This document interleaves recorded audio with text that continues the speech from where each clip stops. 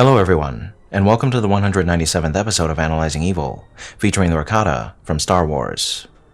You all responded pretty well to the idea that I start covering more Star Wars villains in the Now video, so here's another one for you. I still haven't figured out just how frequently I'm going to cover Star Wars characters, and with spooky season fast approaching, you all have a month of horror-related villains ahead of you, so expect to see some sort of plan regarding Star Wars coverage to be fully realized in November.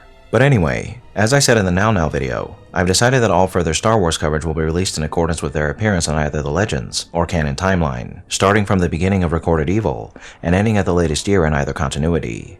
And just to assure you if you are still wondering, I will be covering every character from both the Legends and canon continuities eventually. So with that in mind, we're now going to talk about one of the earliest sources of evil in the Star Wars universe, the Rakata and their infinite empire, a species that dominated much of the galaxy with stunning brutality for over 10,000 years. And to do so, we're going to be using information we're given from numerous sources that I've linked in the description, and that I'll be citing when appropriate over the course of this video. Now without further ado, let's begin. As we briefly discussed in the last video, life in the Star Wars universe has existed for much longer than one might expect, millions of years in fact. But the galaxy as we know it didn't begin to take on the shape we're more familiar with until a quasi-divine race of individuals first began to make their mark on the galaxy. The Celestials, otherwise known as the Ones, began to build technological marvels and shape the galaxy according to their will around the year 100,000 BBY. But the Celestials did not do so alone. They had help from 4 different races that they had enslaved for their labor, those being the Gree, the Qua, the Killik, and the Rakata. Now the Qua were an interesting species. As though the Celestials were responsible for promoting the advancement of many ascension species throughout the galaxy, the honor for introducing a majority of different cultures to the wonders of the Force and advanced technology goes to the Qua, who used machines they developed that were the progenitor to hyperdrives to instantaneously traverse the galaxy to spread their knowledge. The Infinity Gates. With their Infinity Gates, the Qua visited countless planets and brought culture and knowledge to each species they encountered that drastically accelerated their society's evolution. But even the most noble of intentions can result in unintended consequences. Sometime prior to the year 36,453 BBY, the Qua arrived on the planet Lehan in the Unknown Regions, a temperate planet that was home to the Rakata species. The Rakata were a bipedal, amphibious species with cone-shaped heads. They had eyes on stalks on either side of their heads and razor-sharp teeth and claws. Their skin tones were typically gray or gray-brown, but there were also 3 subspecies who had different skin colors: the blue-skinned Droid, the red-striped Galactic, and the black-skinned Bukasek. And the Rakata were often seen wearing clothes that consisted of short-sleeved armor or robes with hoods, as well as short pants of varying styles. More important than their physical characteristics, though, was their force sensitivity and their extremely violent natures and societal structure. You see, the Rakata were a warlike species, and while there are plenty throughout the galaxy who are, the Rakata may just have been the most warlike species out of all of them. Their homeworld of Lehan was in a near constant state of primitive, intertribal warfare, for no other reason than for the sake of conquest and power. And uniquely, the Rakatan were so violent and without moral quandaries that they would even eat their dead, which included those slain in battle, both ally and enemy. The Rakatan temperament was so violent that even the smallest slight would result in them descending into an unstoppable rage that would only end once they or their target died. Despite their violent natures, the Rakata were highly intelligent as well, and in the Star Wars Knights of the Old Republic role-playing game campaign guide, their malice is described as methodic, implying that even before they were given deeper insight into the inner workings of the universe and advanced technology, the Rakata weren't just waging war against one another, but terrorizing each other with all sorts of sinister machinations. Now, as you can imagine, an entire planet filled with a cannibalistic, intelligent, and highly aggressive species is quite harrowing. But if that were all the Rakata were, they'd have been a dormant threat that may or may not have impacted the galaxy in some way in the future. But like every species that resides within the galaxy, the Rakata were force sensitive. Some species aren't as attuned to the Force as others, and so there are a few counted amongst them that are lucky enough to be sensitive to it. That isn't the case for the Rakata though. In fact, it's possible that the Rakata produce more Force sensitives than any other species in galactic history. But because of their brutal natures, the Rakata, though unknowingly, were highly in tune with the dark side of the Force. Again, perhaps this would have been a problem for the galaxy in some way eventually. However, whatever problem that might have been was significantly altered or accelerated by the arrival of the Qua on Lehan, the defining moment in Rakatan history that significantly altered their views of themselves and made them aware of a galaxy filled with other species that they had never known of prior. When the Qua arrived, they did as they had done for countless species on countless worlds across the galaxy. They taught the Rakata about the Force and gifted them with advanced technologies. And for a time, things went as expected. the Rakata learned, and they began to integrate the Qua's teachings into their society. It was during this time period that the Rakata also became one of the celestial slave species, and they likely had a hand in building constructs like Centerpoint Station. It would seem that didn't last for long though. Like their benefactors, the Rakata created new technology that was powered by the Force, but with the dark side as their fuel, all that the Rakata produced was geared towards what their entire society had always thrived on: war and conquest. With these new machines, the Rakata formed the Infinite Empire, and they subsequently raided across the unknown regions, conquering planet after planet. But being the power-hungry beings that they were, the Rakata were not satisfied with their own constructs, and they sought to gain knowledge of the only thing the Qua kept from them: how to construct and use their infinity gates. And so the Rakata waged war upon the Qua. Fearing what they had unleashed upon the galaxy, the Qua responded in kind, but the Rakata and their ferocity were too much for the Qua to handle, and they hunted them mercilessly across the galaxy. What little of their number survived were forced to retreat back to their homeworld of Dathomir, along the way sealing or destroying all of their infinity gates, as to not let them fall into the hands of the Rakata. And just as the Qua were the first species to make contact with the Rakata, they were also one of their first victims, with their defeat so severe that the Qua eventually devolved into the primitive Qui lizards that still inhabit Dathomir to this day.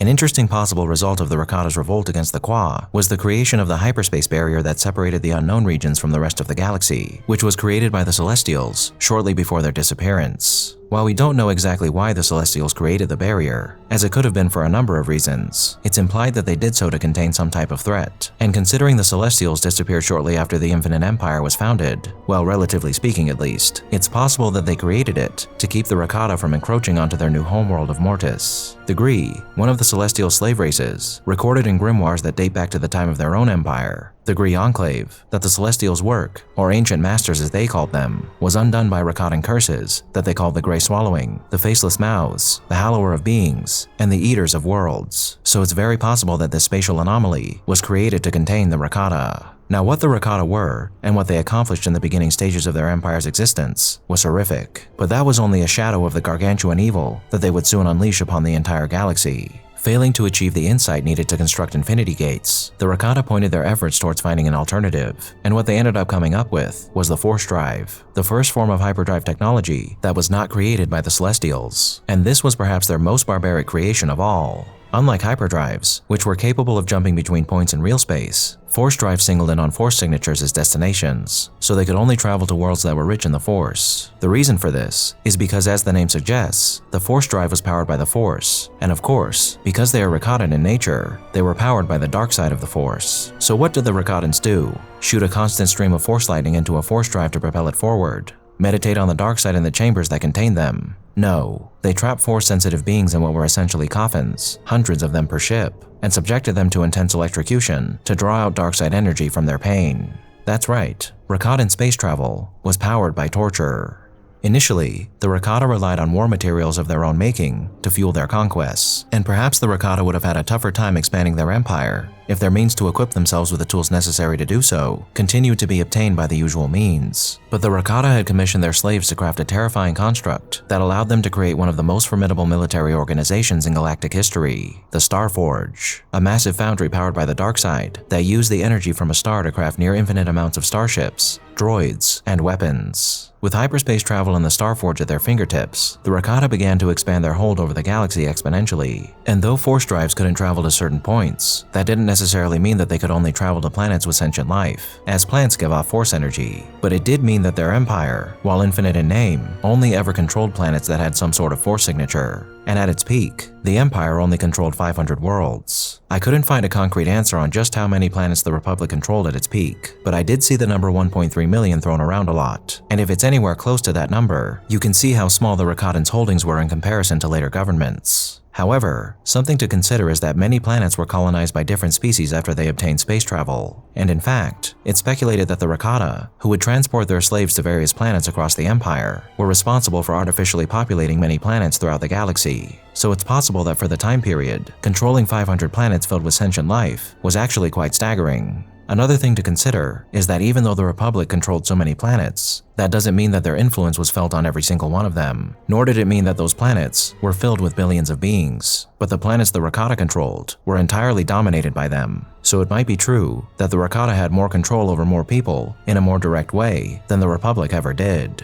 Even if that isn't true though, that's still a lot of lives to hold dominion over. And as I said in the introduction, the Infinite Empire lasted for well over 10,000 years, which means that the first species who came under their sway had to suffer under the Rakatans for over 500 generations. Now maybe that wouldn't have been so bad, but if you couldn't already tell, the Rakata were quite brutal, and what they did to their subjects was about as bad, if not worse than what they did to each other. To be a part of the Infinite Empire was to be a slave. There is no other record of existence for the people the Rakata conquered. They either killed them and ate them, entirely wiped out their populations, or they enslaved them so they could build more weapons and starships for them, or create structures on their homeworlds, according to the wishes of their masters. Worlds like Coruscant, Corellia, Dathomir, Tatooine, and Kashyyyk were held under their sway, and some, like Tatooine and Kashyyyk, would be terraformed by the Rakata and irrevocably transformed for better or worse, with Tatooine once being an ocean world that was decimated by the Rakata after they bombed it so severely that it turned into fused glass that later became the vast desert it's now famous for. And the Rosher trees of Kashyyyk reached their massive height due to one of the Infinite Empire's terraforming computers that malfunctioned at one point.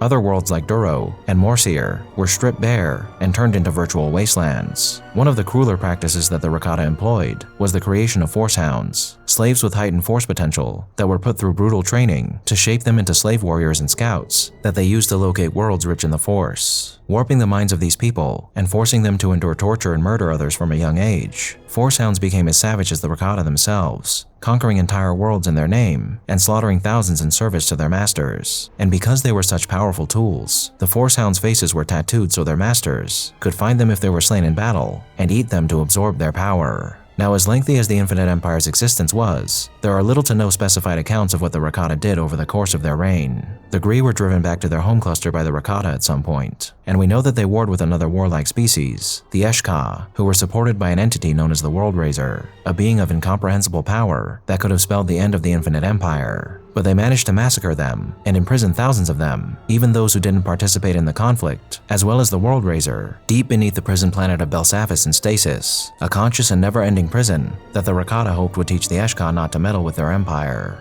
One of the more notable accounts of their exploits happened on the Sith homeworld of Korriban. When the Rakata arrived on Korriban, they realized that the Sith were a powerful species who similarly had the dark side of the Force ingrained within their culture. Feigning an alliance with the Sith King at the time, Adas, the Rakata taught the Sith how to create holocrons as a show of good faith. But of course, the Rakata weren't ones to make alliances, and soon they began to try and conquer Korriban. But Adas managed to rally the Sith and successfully drove the Rakata from Korriban at the expense of his life. Despite this, the Rakata had so devastated Korriban that the Sith were forced to relocate to Zeost, and sometime later, a gargantuan Rakata named Soa, who would later become known as the Infernal One, attempted to set up his own empire on Korriban. Soa was eventually imprisoned on Belsavis in a construct called the Eternity Vault, though it took vast armies of Rakata and other species to subdue him. It's interesting to note as well that the Rakata may have been the catalyst for the Sith species' embracement of the dark side, as the Knights of the Old Republic campaign role-playing guide states the following. Even though the original Sith were steeped in sortilege, sentient sacrifices, and wars, they lived spiritually serene lives, never doubting conflict's integral role to existence. Only with their introduction to methodic Rakatan malice did these Sith truly embrace the dark side.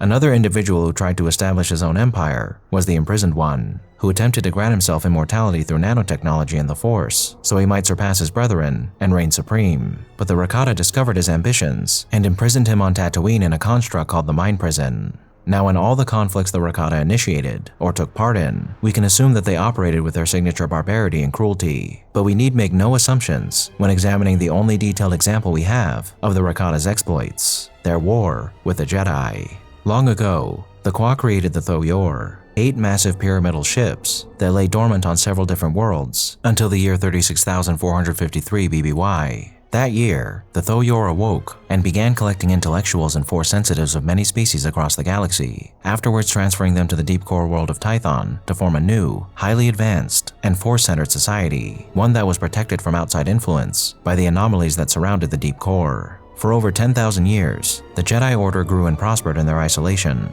but that would quickly change when they were noticed by the Rakata in the year 25,793 BBY. That year, a Rakatan Force Hound by the name of Trill sensed a Force-rich world in the deep core, that world being Tython, and with the help of another powerful Force Hound, Zesh, Tython was revealed to the Rakata. And it's in the Dawn of the Jedi comic series that these events take place, and where we're given insight into how Rakatan warriors and overlords operated and acted during the time of the Infinite Empire. In the Dawn of the Jedi, we're introduced to a few different concepts that I've already discussed, like force drives and force hounds, but we also learned that the Rakata invented a prototype lightsaber that could only be powered by the dark side, which they also made into pikes. We're given some insight into how Rakatan hierarchy worked as well, with Zesh describing it as being based on power and balanced distrust. Praetor was the title of a lord or leader in the Infinite Empire, with the Over-Praetor being the leader or emperor of the entire empire, with Praetors being below them and sub-Praetors beneath them. In this story, we're introduced to two Praetors, Skalnos and Tulkar, and one sub-Praetor, Chelet, and it's through their actions in this story that we see how disloyal, distrustful, and conniving all Rakatans are with one another. In the beginning of this story, we learn that Skalnos is Praetor over Tulkar, and during Tulkar's campaign on Tatooine, we find Tulkar having Zesh ordering the murder of innocents for no reason, executing a spy for Skalnos by the name of Ore Moon, and ordering one of his soldiers to prepare his body so he might eat him. Tulkar shows himself to not only be aware of Skalnos' spies, but that he is actively planning to usurp Skalnos when given the chance, using his own forces, and Zesh. And Skalnos in turn is aware of Tulkar's attempts to do so, which is why he has spies in his ranks. We can assume that this is typical as far as Rakatan organizational structure goes, as due to what we've already discussed about how they treat each other, their aggressive and distrustful natures makes it so they're constantly trying to murder and usurp one another, even if that would be detrimental to the overall goals of the Infinite Empire. For as the Rakata are fueled by the dark side, the self is always more important to their ambitions than anything else. It's worth noting that the planet Skalnos has authority over, Biss, is a deep core world that has been so steeped in the dark side that by the time of Luke Skywalker, it's used as the base for Emperor Palpatine's resurgence. And considering it was once a Rakatan stronghold, perhaps we can attribute its long legacy as a dark side bastion to its status as a Rakatan world long ago. Now once Zesh locates Tython, he and Tulkar depart to conquer it, but on their journey, we learn that Zesh had been a sleeper agent for Skalnos this entire time, and after massacring Tulkar, as well as his forces, Zesh makes his way to Tython to begin scouting for something much more valuable than the world itself, an Infinity Gate left behind by the Qua. With this Infinity Gate, Skalnos planned to take the position of Over-Praetor and rule the Infinite Empire, and so after sending his Force Hound Trill to Tython to scout a way for his forces, the invasion of the system began in earnest. Using vicious war machines and mutant abominations called Flesh Raiders, Skalnos and his Rakata massacred countless people across the worlds that make up the Tython system. But even in the midst of a war, the treacherous nature of the Rakata was still present, and Skalnos' sub-Praetor, Chelet, openly challenged his authority during a meeting after they'd lost half of their forces. After this occurred, Skalnos spoke with Chelet privately, telling her of his plans to obtain the Infinity Gate, and how the loss of his forces didn't matter much at all. And in this conversation, Skalnos says the following when Chelet asks if he wants her to rule by his side. "Glorious Chelet, you would mother a strong brood for me, and devour the weak raw as they hatched. But no, I just wanted you to understand the prize you were losing out on, before you die." This is a bit of great, but horrid insight into Rakatan birthing practices, and an example of a cruel punishment exacted against a would-be powerful ally for the simple act of challenging a directive. After this occurs, the war continues, and after Zesh seems to betray the Jedi, Skalnos reaches the Infinity Gate, and he nearly succeeds in obtaining a tool that might have made the Infinite Empire truly infinite and undefeatable. But thankfully, Zesh betrays Skalnos at the last moment, and his ambitions perish with him. But Skalnos was aware of something that was to be the downfall of the Rakata, their waning connection to the Force. Nearly 6 centuries after Skalnos' death in 25,200 BBY, a deadly plague swept across the Infinite Empire that only infected the Rakata, with billions of their number dying, while the survivors' connection to the Force was severed. As the Rakata's hold on their empire dwindled, nearly every species enslaved by them began to revolt, and as their own hierarchies collapsed, a civil war erupted that would claim even more Rakatan lives. With a plague, an uprising, and a civil war ravaging their empire, it didn't take long for the Infinite Empire to collapse, and along with it, much of the technology the Rakata employed in their conquests was destroyed or lost, and the Rakata themselves were forced to retreat to their homeworld of Lehan, where the fighting continued. And in no time at all, everything the Rakata had built crumbled, and the Rakata returned to their barbaric tribal existence that had been their culture prior to the arrival of the Qua. But for an empire that had endured for so long and ruled over so many, their influence wasn't going to disappear overnight. For over 21,000 years, the remaining Rakata continued to live as their ancestors had, and due to the presence of a disruptor field that surrounded the planet that continued to remain in operation, they were protected from any stray ships that might have found their way to the remote planet. While most of the Rakata resumed their barbaric existence, a small enclave of their number known as the Elders were the only ones who retained a scrap of the knowledge they had lost. But even to them, the larger mysteries of the inner workings of the technology that now lay rusted and dormant throughout the planet were unknown. And it should be noted that out of all the Rakata who ever existed, the Elders are the only Rakata we know of who are trying to put their bloody past behind them and forge themselves anew. Despite this, the remaining Rakata on the surface continually attempted to gain access to the Elders' compound so they might learn of their ancestors' secrets and reform their empire, with a particularly vicious leader known as the One leading this effort by the time the Rakata once again made contact with beings other than themselves in the year 3959 BBY. Darth Revan and Darth Malak. Darth Revan and Darth Malak came to Lehon looking for the Starforge, and after taking it from the Elders, they began producing fleets of starships that they then used to instigate a war that nearly brought the Republic to its knees. After the defeat of their empire and the destruction of the Starforge, Rakatan influence would once again be felt during the war between the Sith Empire led by Vitiate and the Republic when the prison planet of Belsavis was uncovered, along with its secrets, the imprisoned Eshka and Worldraiser, and Soa, the Infernal One, beings that were later put to rest, but who could have easily renewed the threats of a bygone era. During this time period, a splinter group in the Sith Empire called the Order of Revan attempted to use Rakata technology to create what they called the Infinite Army, a vast army made of battle droids that they could then use to dominate the galaxy. But they ultimately failed, and their production facilities on Lehon were destroyed.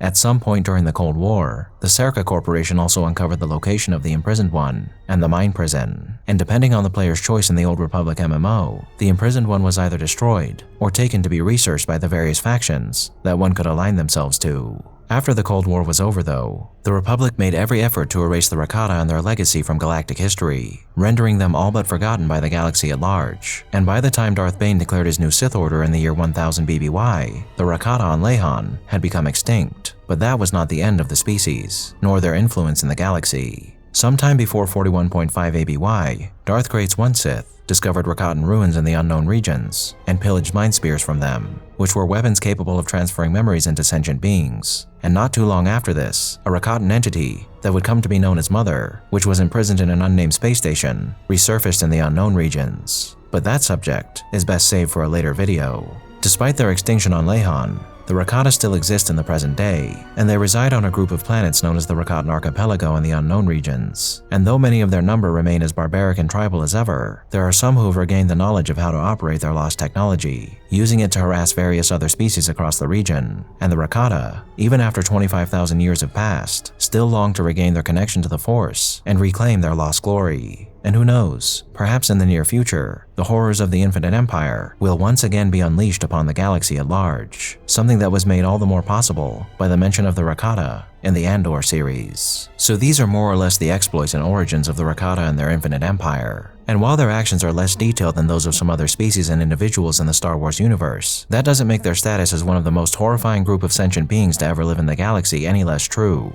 There have been countless villains and organizations that have caused immense suffering and misery throughout galactic history. But with a reign that lasted over 10,000 years, the Rakata might just be the ones who caused the most. While the many Sith and Dark Jedi that have tried to take control of the galaxy have unleashed many terrors upon it, no single organization or individual with dark intentions has ever been able to match the longevity and cruelty of the Infinite Empire. The Sith, while always seeking to conquer and dominate, tend to have the goal of ruling the galaxy with an iron fist, yes, but without murdering more than necessary to accomplish their goals. While the Rakata also wanted to rule, they saw all other species as being inferior to themselves, and so everyone they encountered was either enslaved or eradicated. And considering they were just as cruel to one another as they were to others, I believe it's not unwarranted to claim that the Rakata were the evilest species to ever exist in the galaxy, because it's very possible that every single Rakata was evil, and that is a terrifying thought. No one, not even their own, were safe from slavery, torture, murder, and consumption.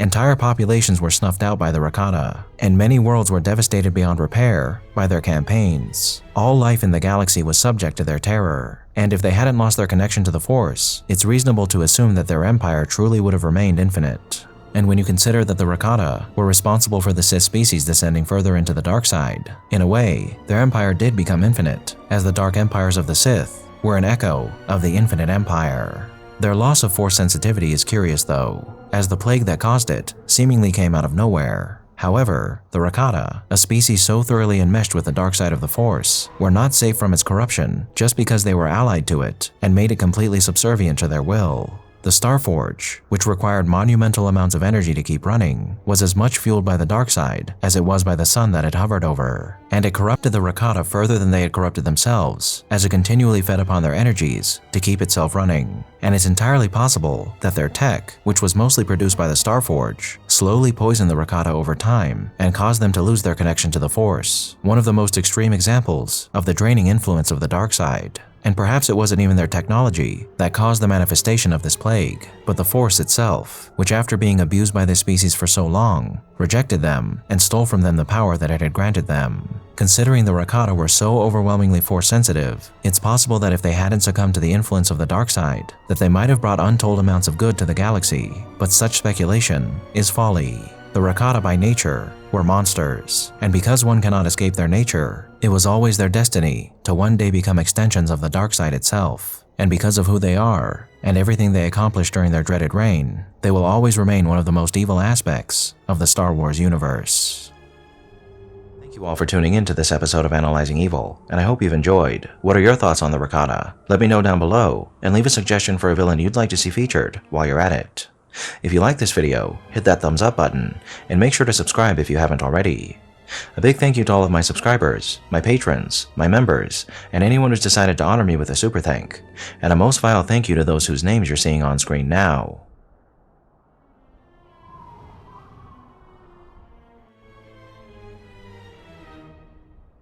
Join the channel's Discord server and subreddit to interact with myself and the community, and follow me on the social media platforms listed below to keep up with the channel. As always, thanks for watching, and I'll be seeing you soon.